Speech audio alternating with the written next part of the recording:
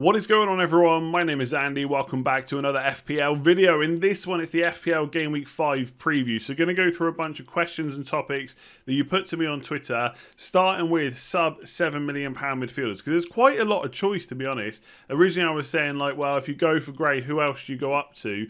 But actually, there is quite a bit of choice. So maybe we should have this price point in there, especially if it lets us kind of, you know, kit out almost the rest of the team with higher priced players because we've got more money to spend. I did also touch on forwards quite a lot in my 888 Sport article as well this week. If you want to check it out, there is a link in the description below, like talking about Calvert-Lewin, Antonio, Bamford, all those kind of players as well.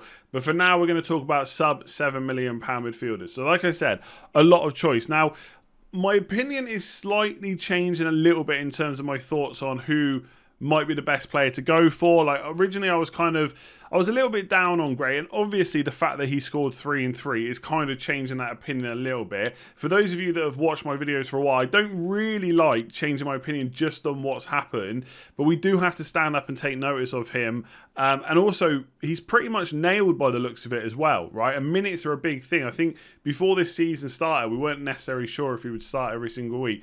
And he looks like he is. So he is comparable now to like a Sarr and a Ben Rama, and he's doing really well. And the numbers I've got on screen are expected goal involvement per 90 minutes without penalties. So you can see for Gray, he's up at 0.43. Now, he has done that quite regularly over his career. The only problem is he's never really had a season where he's played a lot of games, and in the season where he played like 30 plus games, I think the numbers were a little bit lower, but obviously that was also years ago. Now he's playing in a team that are scoring goals. Rafa Benitez has got him playing really well. He himself is playing well, and like I said, he does seem to be pretty much nailed in that kind of front three system that they play. So I'm starting to quite like Gray. And I think the next two fixtures, Villa, Norwich, looking pretty good. Obviously, there is a bit of kind of knee-jerking because he's done so well. I'm still a little bit concerned that he's only had 4 shots in the box. So that isn't that high. Like, I think Saka, for example, had 6. I believe it was 6 just against Norwich, right? Now, obviously, that's an easier fixture. And Gray is about to play Norwich in game week 6. So he might up his shot volume. But that is the only thing that concerns me. But I think if you have him for Villa, Norwich, especially if you're going to wildcard in game week 7, he probably is the perfect one of these to bring in. I will say, the guy at the bottom, like if you don't already own Rafinha, then he is the best out of all these. I still believe that. 6.5 million or less, Rafinha is the best, and I think it's by some distance as well. I added him onto the list because I didn't really want to miss him out, but I assume that most people own him and then they're going for another one. If not, Rafinha is just the easy choice for me. I think Leeds fixtures are really good. He's on pretty much, not all set pieces, but most set pieces most of the time. And he's quite heavily involved. And I wouldn't be worrying about what's happened with Leeds so far. It might turn out that this season they're just not as good as they were last year, but 4 games is not enough to judge that on, right? And I think, to be honest, all the numbers you see on screen for this season, they've got to be taken with a little bit of a pinch of salt. The reason I don't mind Rafinha's numbers is because they are comparable to last year. And if anything, he might actually improve them as the season goes on. But Gallagher, 0.69 expected goal involvement. He's never going to keep that up. Traore's probably never going to keep up 0.53 either. The thing with Gallagher is, like, you don't want to kind of say, well, he was right in front of goal when he took those shots, so the XG was high, because if you're getting into those positions, that's really good. But I just wonder if he's always going to arrive in that. It looks like he is going to be the midfielder that goes forward. But I don't know if he's going to be that far into the box. But if he starts arriving late in the box, a bit like Frank Lampard used to do all those years ago, who knows? And by the way, I'm not comparing him to Frank Lampard, but just, you know, similar runs, and he was managed by him for a bit as well. So yeah, he's had 2 goals, 2 assists so far. The thing for me is, like, Gallagher's a simple one. Liverpool away, Brighton at home, Leicester at home, Arsenal away, and then Newcastle at home's decent, but then it's Man City away. That's just pretty poor fixtures. I would rather take a punt on someone with better fixtures, like Gray or maybe even Sarr as well. Now, Sarr's numbers are quite low this season, like 0.23, the worst player on this list. And I keep talking about penalties, but realistically, how many penalties are Watford going to get, right? It's hard to kind of predict these things. But I will say, they've played Brighton, Spurs and Villa in the last 3. 3 teams I would say are fairly decent defensively. I know Spurs haven't been great, but you wouldn't expect them to concede a lot of goals to someone like Watford. And then they've got Norwich, Newcastle, Leeds next 3. You don't really get 3 much better defences than that. So again, if you're someone that likes targeting fixtures, I don't really see why Sarr is a big issue. Like, we shouldn't be expecting multiple returns from most of these players anyway. So I still, between Sarr and Gray, I'm a little bit conflicted because I think Sarr's got 3 nice fixtures. Gray only has 2 more, and then it's like Man United and West Ham. So it does feel a bit short term. So if I had to pick one right now, I probably would still go Sarr. We'll see, because I'm thinking about taking out Benrahma, so we'll see who I end up going for. But right now I'm on Sarr. Just really quickly on Saka, I feel like you've just missed the Norwich game for Arsenal if you haven't already brought him in.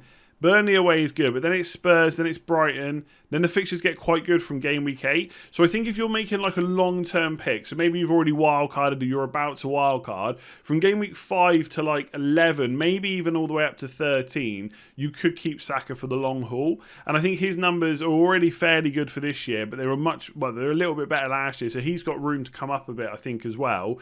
And I think he's pretty much nailed for that Arsenal team. I know they've got a lot of players, but I think he can play a little bit everywhere, really. So I think he's always going to be in the team. So just to kind of sum it up, like Traore, I've got to be honest, I don't know, he's doing all the right things apart from putting the ball in there, and that is quite important when it comes to FPL points. So I feel like he's ahead of Gallagher. If I had to rate him right now, Rafinha, and then I'm not sure about Saka. If you want a long-term player, I don't mind Saka.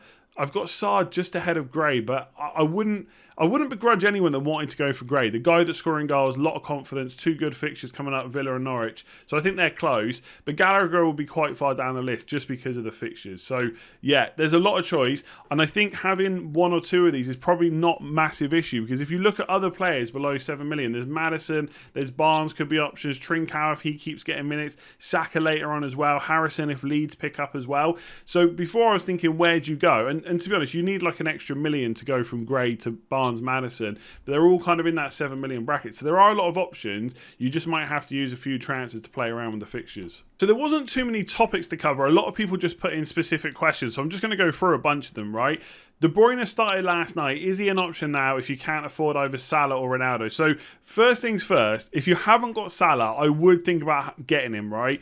Like, forget about De Bruyne just for a second and try and find the money if you can, because he's got Palace, Brentford, Watford in the next 4. They are all potentially captainable fixtures. And even if you end up going for someone else, like Ronaldo in game week 6, for example, obviously not in this scenario, Salah's still so close that I would still want to own him. So if you haven't got Salah, I would definitely think about him before you start worrying about De Bruyne.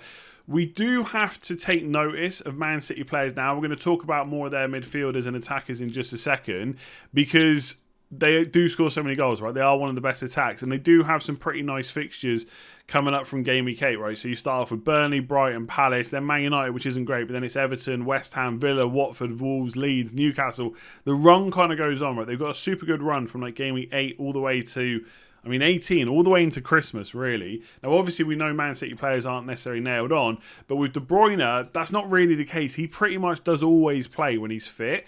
The one thing that we haven't kind of seen is when everyone's fit and you know, working together, and you know, Pep's got basically his whole squad to choose from, who plays where. Like Torres started again in the Champions League up front, and De Bruyne played as an 8, which he's done a lot of times. He's extremely good there for Man City, but at times last year he played as a number 9. So do we have enough information now to say that De Bruyne is definitely always going to play as an 8 and Torres is always going to play up front? Because I think De Bruyne as a 9 was pretty nice last year. It does seem fairly clear that he's not on penalties. Mahrez took one last night when they were both on the pitch. A lot of people responded when I tweeted about it just to say they don't think De Bruyne fancies them at all. Like, if he wanted them, he would take them. So it doesn't look like he's going to have penalties, and I do think that dents his appeal a little bit. You look at Ronaldo, maybe Lukaku, we still don't quite know, but he could have penalties, and obviously Salah does as well, even with his miss last night. So I think I don't know. I think De Bruyne right now looks just a little bit too expensive. We know how good his underlying numbers can be. He's so creative and he gets a lot of shots as well. So I wouldn't completely write him off, but I just think Southampton at home looks really good.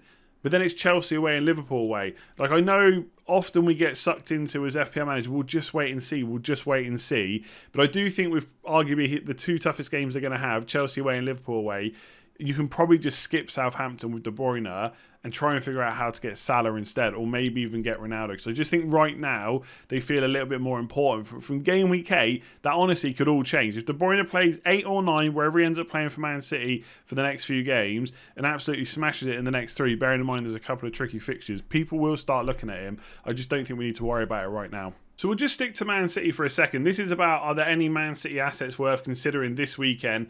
And then specifically thinking about taking Fernandes out. So obviously that would then be looking at midfielders rather than general Man City players. Just kind of going on from what I said about De Bruyne, unless you're thinking really short term, like Southampton at home is such a good fixture. There's a really, really good chance of a clean sheet. So Cancelo and Diaz are really good options. Laporte possibly as well might keep playing in the Premier League. He started really well. He's playing well. And we know that sometimes Pep just keeps those players in, right? He likes those partnerships in that centre-back position. So there is a chance that Laporte keeps starting. But if you want to go a bit safer, it's probably Cancelo. And then even safer, obviously, is Diaz as well. Specifically on midfielders, obviously I love Kevin De Bruyne, but he's quite expensive, right? If we're already trying to fit in Salah, Ronaldo, Lukaku, it gets even harder to then even think about Kevin De Bruyne. So I think the 2 midfielders I'll be looking at right now, probably Torres and Grealish. It is a little bit harsh not to mention Gundogan, because I think he didn't play last night. He probably is going to come back into the team for Southampton. Although, again, can anyone ever really guess what Pep's going to do? Although, in the Premier League, he hasn't changed his team for 3 games. But that is almost certainly going to change now De Bruyne's back, because he does play pretty much every game. The thing I'm really interested in seeing is, does Gundogan, who pretty much always plays as an 8, right? He has played as a 9, by the way, but he's played as an 8 a lot. Does De Bruyne play alongside him, or does Pep just want someone else there and then pushes De Bruyne forward? In which case, it does maybe make Torres a little bit more of a risk. But then again, he started again in the Champions League up front last night. So I think if I was bringing someone in right now, and I wanted someone for Southampton, I would take the risk on Torres. The reason I put Grealish up there is I don't think he's missed a match so far. I think he's started every single game since he's come to the club, like any competitive game. So obviously for minutes and being involved in a team that scores a lot of goals, I don't mind Grealish at all. But I think if we're talking about a mid-price player, I think it has to be Torres. Like Gundogan is probably a little bit harsh to leave him out. But the number 9 for Man City against Southampton at home, if you're going that way, if you're wanting to take the Man City risk, it has to be Torres. Again, long term, I'd probably wait till game week 8 then to bring anyone else in because it's Liverpool and Chelsea. But for this week, Torres looks good. Possibly an outside captaincy choice. Still getting a lot of questions around Ronaldo and Lukaku. I think there's actually another one to come as well. Must you have Ronaldo or Lukaku? My rank is suffering badly because I went for the wait and see approach, right? Now, the thing is, like, I don't really know what we would be waiting to see. They were both really, really good players. They were both had really, really good fixtures. I've said this already this week. If anything, you could make a case that this week is a worse time than last week to bring them in, because Ronaldo's playing West Ham away. That will be tougher than Newcastle, and Lukaku is playing Spurs and then Man City. Whereas last week he had Aston Villa. And he only actually had 2 shots against Aston Villa and scored with both of them. So obviously it's all going to depend on your team setup as to whether you need to bring them in and how many hits that's going to take. Like, I still see people bringing in Ronaldo this week, and I think it's still a good move, right? Because he can score, of course, like anyone, he can score against everyone. But this is one of the greatest goal scorers of all time, right? So, and I've probably said that a lot in the last couple of weeks. So West Ham away is not awful, and then it's Aston Villa at home. So we've still got a couple of good fixtures. And if you did need to hold on to him, it's Everton, and I think it's Leicester. So it's not even that bad. For me, like, I don't know, unless I was on a wild card and I really wanted Lukaku, I wouldn't look to bring him in this week. I don't think Spurs away is going to be as easy as everyone's saying, even after the 3-0 loss to Crystal Palace. And then it's Man City. That is going to be a tough game up against Diaz and probably Laporte, maybe Stones. It's going to be tough, so I don't see that many goals. But what I would say in the long term, having that forward spot is going to be really important to swap these players around. At some point, Harry Kane's going to be in the conversation as well. For game week 6, like this week, I do think Salah's the best captain. We'll talk about it in the captaincy video tomorrow. But spoiler alert, it is Salah. But in game week 6, Ronaldo's got Villa. You could captain him then. Lukaku's got Southampton in game week 7. And he's got a really good fixture on for like the next 4 to 5 weeks. So you're going to want to captain him a bit. So even if you don't go for them this week, and I do think you could make an argument not to, although you might miss some price rises, which is a bit frustrating, you need a plan soon of how you're going to get one in. Unless Kevin De Bruyne comes and absolutely smashes it and makes the template Salah and De Bruyne plus like cheap strike force, then one of these two is going to be in pretty much everyone's team. You need to have a plan on how you're going to get there. I didn't think I'd be saying this week, but I have had so many questions about Leicester, specifically about Jamie Vardy. Like every single video, it feels like, Why aren't you talking about Jamie Vardy? What about Jamie Vardy? What are your thoughts on Jamie Vardy? And to be honest, I quite like that people are thinking a little bit different to everyone else, because to be honest with you, I've hardly considered them at all, because I don't think they've necessarily played that well. There's lots of calls for them to get Iheanacho on the pitch, because Maddison and Barnes just haven't been that great so far this season. And obviously we know how good Iheanacho did last year when he played. Now that was all enforced because Barnes was out injured, so they played 2 up front. And maybe Rodgers just thinks that I think it's like a 4-3-3, but 4-2-3-1 that they play is maybe a little bit better from a defensive point of view, right? Because you've got those wingers that can come back. And maybe Ian actually doesn't do enough, but he's so good at scoring goals and creating goals as well that a lot of people want him in the team. And maybe that will happen. But so far, I don't think we can really say that's likely, because he's just played Barnes no matter what so far. So that kind of worries me a little bit. Will they change that formation if you go for one of the midfielders? Just on Jamie Vardy, right? So the fixtures are... The main problem with the fixtures, I guess, is that a lot of them are away. It's not that bad because the teams they're playing are good. But it'd be nicer if they were at home. So they got Brighton away, which I just don't see a huge amount of goals there. Maybe there will be, but I don't see it. Burnley at home is good. Palace away should be okay as well. Then it's Man United at home, which is not ideal. Then it's Brentford away. So they do play Brighton, Burnley, Palace and Brentford. 4 games in the next 5 fixtures that are pretty good. So you could make a case for Jamie Vardy. He's on penalties, right? We know he's going to play no matter what, whether it's 1 up front, 2 up front. Jamie Vardy is going to be in the team. The biggest issue for me is... Look, over the next 2 fixtures, could I see Vardy outscoring Lukaku? I think there is a chance, right, of that happening. With Brighton and Burnley, that is better than Spurs and Man City. Although I would expect Chelsea to create more chances for Lukaku than maybe Leicester will for Vardy. But after that, again, I don't hate it because you're playing the fixtures. And at the end of the day, if you want Ronaldo or Lukaku, you've got to spend more money. So it's not a case of Vardy versus them. It's Vardy plus cash versus them. But I think right now, look, of course, you try and not take ownership into account and stuff like that. But there's no getting away from the fact that Lukaku and Ronaldo are very highly owned. Now, that's not putting me off going without Lukaku for a little bit longer. But having neither of those two to get Vardy in, that is a really big play against the crowd. And if it goes wrong, you just fall further behind. Vardy drops in price again. The other two go up in price.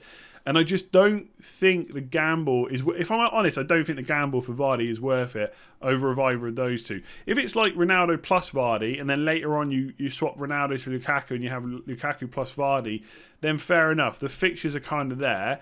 But it just doesn't feel like Leicester have really clicked so far this season. And maybe the fixtures that are coming up will turn that. Maybe they'll change formation. Maybe the players will just start playing really well. I just think it's a big gamble. And then the rest of the players, like Ricardo, Castagna, like they're up against like Shaw, Rudiger, Reece James, Man City defenders. I just don't think there's a massive comparison. Again, they've got the short-term fixtures, but I think if you're getting players in now, especially for wildcard, you want to think a bit more longer term. And Barnes and Maddison just aren't playing that well at the moment, right? We know they can get points, we know they can score goals, get assists, etc.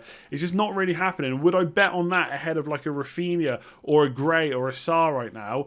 I don't think I would. So I could be massively wrong on Leicester. I don't think they're bad options.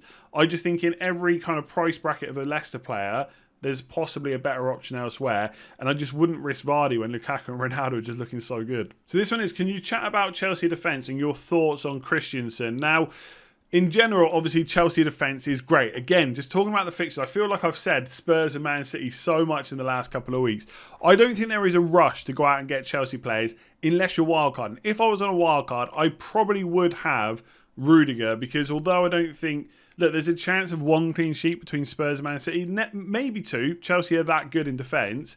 But we know, obviously, their fixtures are about to turn. So having a player in place is perfectly fine. So on wildcard, I'd probably go Rudiger.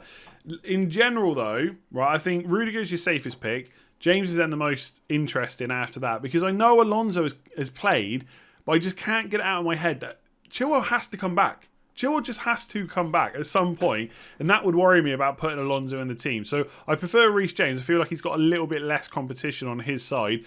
I still don't think he's as nailed as Rudiger, and you probably will miss out on some games, but he's an interesting one. I just don't know if Christensen's worth the risk. Now, I'm sure there's a bunch of Chelsea fans watching this that will tell me different, but he didn't play against Villa, and then I think he did play in the Champions League. and Thiago Silva came in for that Villa game. So straight away, we know that Christensen is not nailed. We know he's very good. We know he could be, if he was nailed, he'd be perfectly great for that Chelsea defence. They would still keep loads of clean sheets. He's a really good player. It's a really good system. But we just know that he is not nailed. The fact that Thiago Silva came in for that Villa game shows there's going to be some rotation. So if I'm only picking one, this is how I would think about it. If I'm picking one Chelsea defender, I want a nailed on one. So I want Rudiger, and at the most after that, it's Reece James for me, because I think he is Azpilicueta is more nailed, but he's more expensive, right? If you've got the money to spend, then Azpilicueta is not a bad buy. But if you're trying to keep the money down, because I think Azpilicueta is 6 million. Yeah, Rudiger's only 5.5. So he is the one to go for. Now, if you're going to go for two Chelsea defenders, then maybe you can start taking more of a risk. And maybe you could go for Christensen because he's only 5 million. And then when you miss out on the odd game where he doesn't play, then you can just have someone else off your bench if you've got a decent playing bench. But I would only get him if it was like a second Chelsea defender. I don't think I would. The risk is just too much, right? And Chelsea, the thing with Chelsea is they are going to keep so many clean sheets. You're going to be frustrated every time someone spent the extra 0.5 million to have Rudiger and he started and Christensen hasn't. And it's not to say that Rudiger will never miss any games, but I do think he's far less likely to miss games than Christensen. So if I want to be honest, I'd probably go Rudiger and James, right? But if you wanted to save money, you could go for Christensen, but not if it's just one. In my opinion, that's a mistake. Okay, so this question's about, can't decide between Bamford or Rafinha, or should I double up? Now, I'll just put it out there. I think the double up is fine, right? I had a similar question to this. It might have even been the same question from someone on Patreon, like maybe a week or two ago. So I do a Q&A every single week. There'll be one out later today, actually. It might even already be out by the time this video goes out. If you want to sign up and support the channel, there's a link in the description below. But it was basically comparing two players in two different positions, right? So for me, this isn't how I would approach this. This is going to be more of a how would I think about this if I had this question in my head. It's not Bamford or Rafinha. It's Bamford versus the other forwards at his price point, and it's Rafinha versus the other midfielders at his price point. Now, there is obviously a discussion to be had about whether you should double up on attacks when, you know, it's maybe a team that doesn't score a huge amount of goals. But ultimately, I don't think it ever really matters. So as I said earlier, if I was looking at a 6.5 million or less midfielder, it would be Rafinha every single time. No one will be able to change my mind on that unless he was injured. So he would definitely be in. For me, he is the best £6.5 million midfielder, right? Whether or not it works out like that, we'll see in a few weeks. But for right now, he's the one. So then my thought process isn't, well, I can't have Bamford then. My thought process is, okay, now I've got to pick a forward around 8 million, if that's what you've got to spend. Is Bamford the best option? Now, if Calvert-Lewin was fit and Antonio wasn't suspended, the conversation would obviously be a little bit different. But right now, if you're picking this week, the choices are quite narrowed down. It's really, most people are doing Bamford versus Jimenez. And in that scenario, both fixtures are good. I would expect Leeds to score more goals this year. And I feel like I don't know, there's just a slight concern about Jimenez just because he hasn't done it so far this season, which is crazy. We know how good of a player he is, but obviously he was out for so long. So at that point, Antonio's not an option this week. Calvert-Lewin's injured. Bamford is the next best. So I'm not worried that I've got Rafinha. I'm just weighing up who the best forward is at that price. And that's what I would always do. Never be afraid to double up on teams. Like Benrahma, for example, start of the season. Of course, it was a massive Twitter bandwagon that I and a lot of other people jumped on. But I didn't make that decision. Like, there was never a pro or con because I already owned Antonio. It was, Antonio's got to be in because he's a legend, right? So he was in. Then it was Benrahma versus the other £6 million midfielders. And obviously he won out in the end, so it was quite happy. So that's how I would approach this question. It's two different things completely. One's a midfielder for 6.5. One's a forward for nearly 8 million. You need to compare them to the other players in that bracket. If Calvert-Lewin was fit, you could argue that he possibly is the slightly better option in the very short term, and then you'd still go Rafinha as well. So does that make sense? I wouldn't compare the two against each other. You're comparing them against everyone else. But basically, I like the double up. So there we go. Hopefully that one helped. If it did, give it a like and hit that subscribe button. If you've got any other questions, leave them below and I'll try and get back to as many as possible. Like I mentioned earlier, I do have a Patreon. If you want to sign up, there is a link in the description below. Big shout out to Frederick H, who signed up since the last video as well. There's mini league prizes. There's a new mini league every single month. There's also Q&A, Slack access if you want to come and chat with everyone else in the community as well. Loads of cool stuff over there. Link in the description below.